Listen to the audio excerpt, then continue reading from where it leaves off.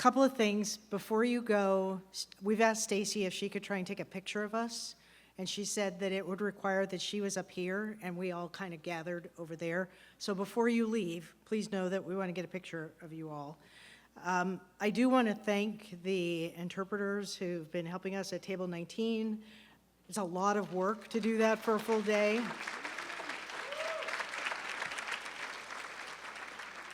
And I actually think of something that Mike Cohen said of 30 different languages that come to the Bellingham Food Bank. So I'm going to say these convenings aren't a success till we have 30 tables with interpreters speaking 30 languages.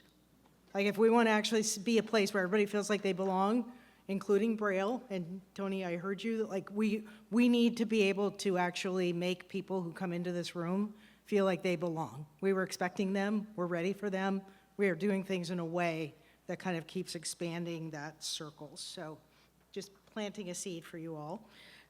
You're going to get an email somewhere in the next week or so with like the videos, the slides, everything is going to get posted in our resource library.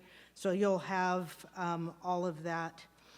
I have kind of like, I don't know if I'm going to call it like a mic drop moment, but I want to like, Lark, are you still here? Did you still want to do whatever you were going to say, you wanted to say? Okay. I just wanted to let our partners know in the Basic Food Education Forum, if you're one of our Basic Food Outreach partners, I know maybe Lopez Island if you're here and some others, I put forward a little note to Haley and Liz around that we're all monitoring the change around the administration having to have 75% admin costs covered, going up from 50% to 75%. And so an idea is, would a pool of funding be available for smaller nonprofits that aren't able to find and secure that 75% match in order to continue to do your basic food outreach and enrollment work?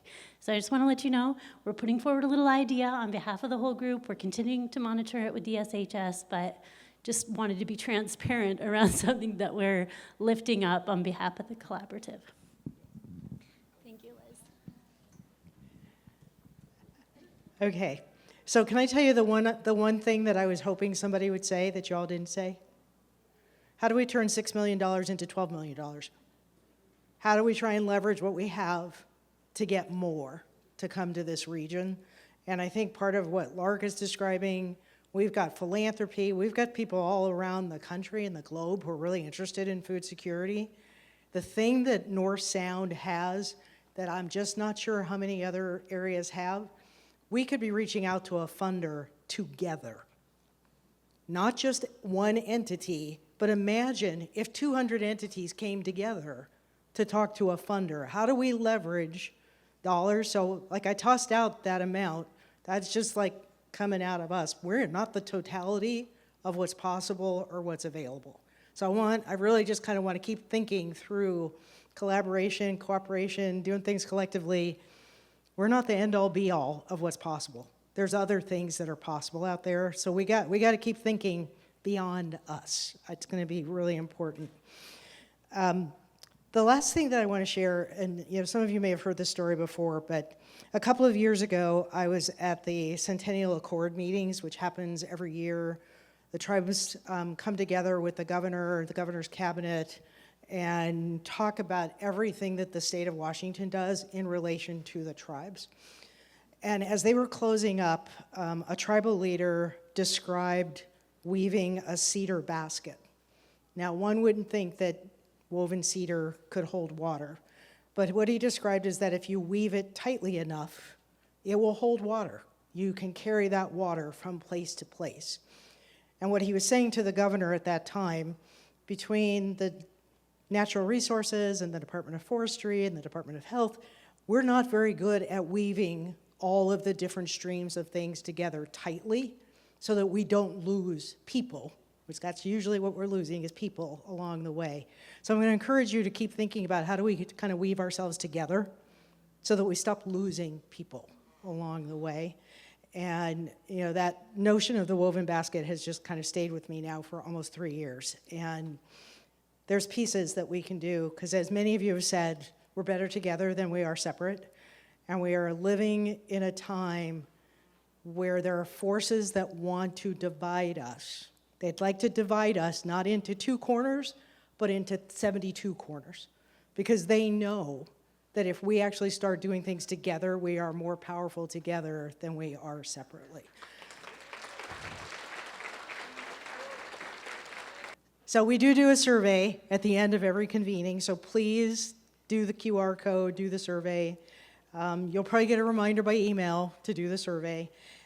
There are things on the tables, and I realized that there was like 1 copy of some things. Everything on the table also has a QR code, so please take a picture of the QR codes, the bookmarks about the podcast, things about the hub, how to get people connected to the hub, the information, the 2-pager about different food resources. Everything's got a QR code so that y'all don't have to walk around with like thousands of pieces of paper, and we didn't have to print 1,000 pieces of paper. But we're trying to get better at getting you the information that you need. When everything is ready, it's going to get posted on our resource library, so you will have access to everything that was shared today, contacts for folks. Makeda wanted to make sure you all knew how to reach Makeda, so we're just going to put all of that information together for you all.